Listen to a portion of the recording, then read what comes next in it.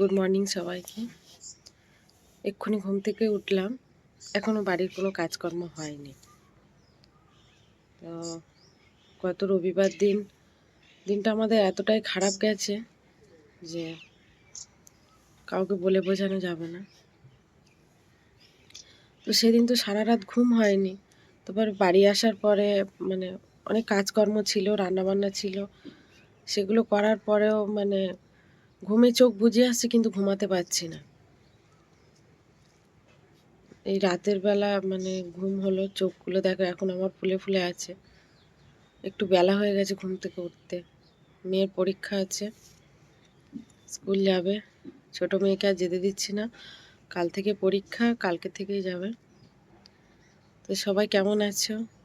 আশা করছি ভালো আছো, সুস্থ আছো।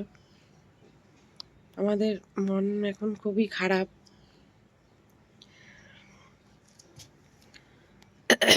আমি বাইরে বসে আছি, এই যে রোদ সেরকম নেই বাইরে, একটু মেঘলা মেঘলা করে আছে। কাজকর্ম করব।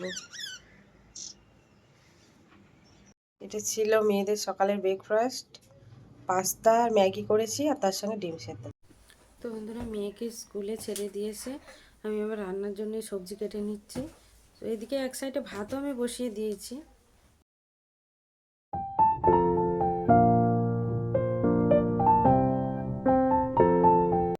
এখানে করেছি ভাত, সঙ্গে করেছি বাঁধাকপি আলু চচ্চড়ি, আর এই ডাল করেছি, একটুখানি টমেটো দিয়ে ডাল করেছি।